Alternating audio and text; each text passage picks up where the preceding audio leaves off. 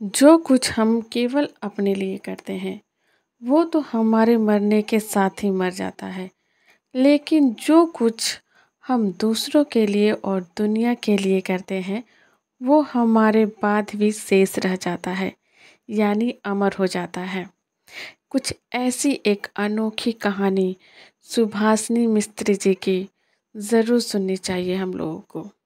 सुभाषिनी मिस्त्री जी बरसों बरस तक घरेलू काम वाली और सब्जी बेचने वाली के रूप में कोल्हू की बैल की तरह मेहनत मजदूरी करती हुई अपने और अपने बच्चों का पेट पालती रही। अब 70 साल की उम्र में वो पीछे मुड़कर बड़े संतोष के साथ एक 2 मंजिले और सफ़ेद पुते हुए मकान को गरीबों के लिए अस्पताल बना देने के अपने सपने को साकार होने के रूप में देख सकती है। यह सपना साकार इसलिए हो सका क्योंकि ऐसा करने का उन्होंने खुद से वादा तक किया था। जब वो अपने पति का समुचित इलाज का खर्चा उठाने में असमर्थ होने के कारण 23 साल की उम्र में विधवा हो गई थी। उनके पति का मृत्यु हो जाना उनके लिए उन पर बिजली गिरने के समान था, लेकिन तभी उन्होंने एक अस्पताल बनवाने का संकल्प किया था ताकि दूसरे लोगों को ऐसे दुर्भाग्य से बचाया जा सके।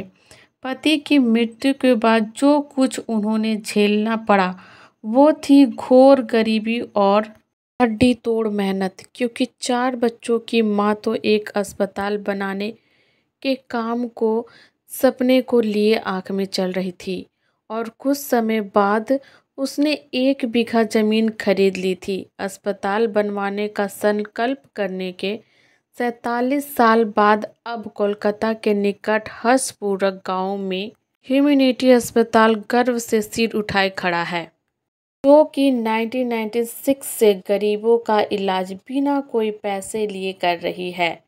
यह अस्पताल एक अकेली महिला के धर्मपूर्वक साहस, दृढ़ संकल्प और मंजिल के मार्ग में आने वाली किसी भी विघ्न बाधा के सामने हार ना मानने की लगन की प्रतीक बन खड़ा हुआ है।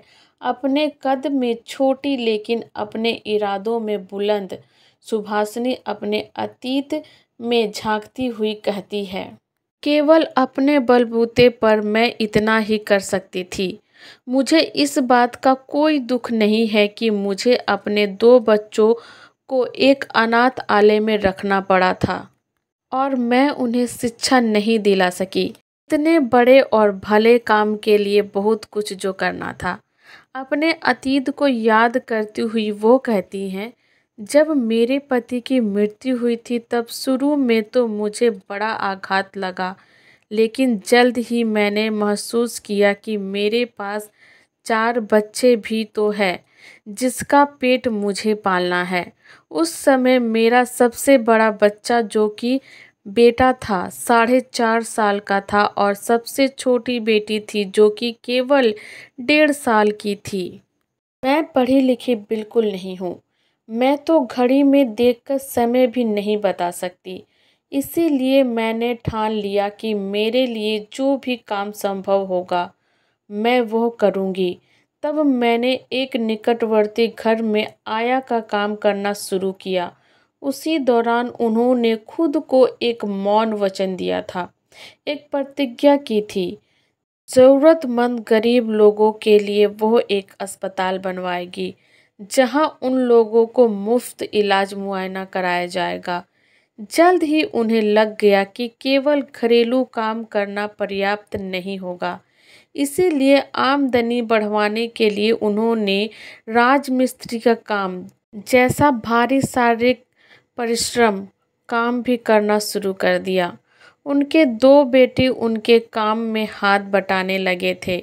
जल्द ही उन्होंने यह भी इरादा कर लिया कि जो भी हो वो अपने एक बेटे को डॉक्टर अवश्य बनाएगी। अब उनका छोटा बेटा अजय डॉक्टर बन चुका है और इस अस्पताल में ही अपनी माँ के मिशन को पूरा कर रहा है।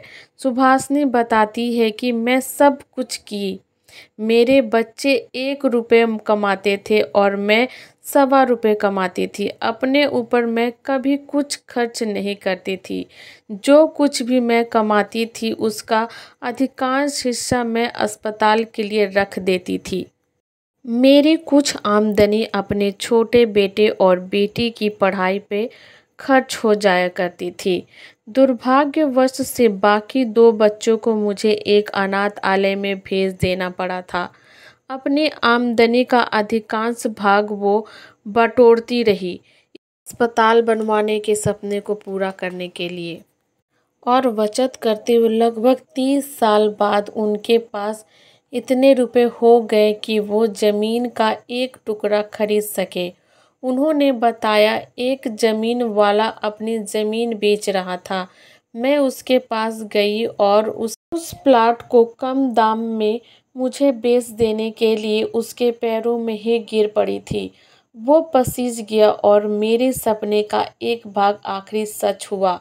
1993 में ह्यूमैनिटी ट्रस्ट का गठन हुआ और सभी निवासियों के संयुक्त प्रयास से एक अस्थायी क्लिनिक की शुरुआत की गई। सुहासिनी बताती हैं, मैं लोगों के पास जाती थी और जैसे भी योगदान वे दे सके वह देने का आग्रह उनसे करती थी। किसी ने रुपए दिए, किसी ने लकड़ी दी, किसी ने भवन निर्माण में काम आने वाले कोई अन्य सामग्री दी और कुछ लोगों तो निर्माण का काम में बिना पैसे लिए काम करने के लिए तैयार हो गए थे। होते होते एक कमरे वाला क्लिनिक की शुरुआत हो गई थी। सुभाषिनी जी के आग्रह पर आसपास के 3 डॉक्टर ने वहां आकर मरीजों का मुफ्त में इलाज करना शुरू कर दिया था। 1996 में अस्पताल का उद्घाटन हुआ, गरीबों के लिए गरीबों द्वारा। उन दिन के बाद से सुभाषिनी और उसका स्टाफ, उसमें से उसका बेटा भी शामिल है, ने पीछे मुड़कर नहीं देखा। उनका छोटा बेटा अजय भी अस्पताल में डॉक्टर है, जहां अब 12 डॉक्टर है और 25 बिस्तर है, और यह सब दान पर चल रहा है। 2009 में उन्हें फौलादी विचार वालों की श्रेणी में रखते हुए अवार्ड से सम्मानित की गई हैं। सुभाषिनी जी के अनुसार अभी बहुत कुछ किया जाना बाकी है, जो कि रुपए की कमी के कारण अटका हुआ है। सभी महत्वपूर्ण और तुरंत ध्यान दिए जाने वाले कामों को प्रतिदिन स्वयं देखने वाली सुभाषिनी जी बताती हैं, हमारी प्रमुख समस्या है डॉक्टरों की कमी का होना। वे केवल अपने निश्चित दिनों पर ही आ पाते हैं, क्योंकि हम उन्हें कुछ पैसे नहीं दे पाते हैं। इसीलिए लगातार उनका आने के प्रति रुचि कम रहती है। रुपयों की कमी के कारण आईसीयू अभी तक पूरी नहीं हुई है। मैं चाहती हूँ कि मैं किसी तरह पैसे जुटा पाऊँ ताकि मैं इस अधूरे कामों को पूरा होते हुए देख पाऊँ।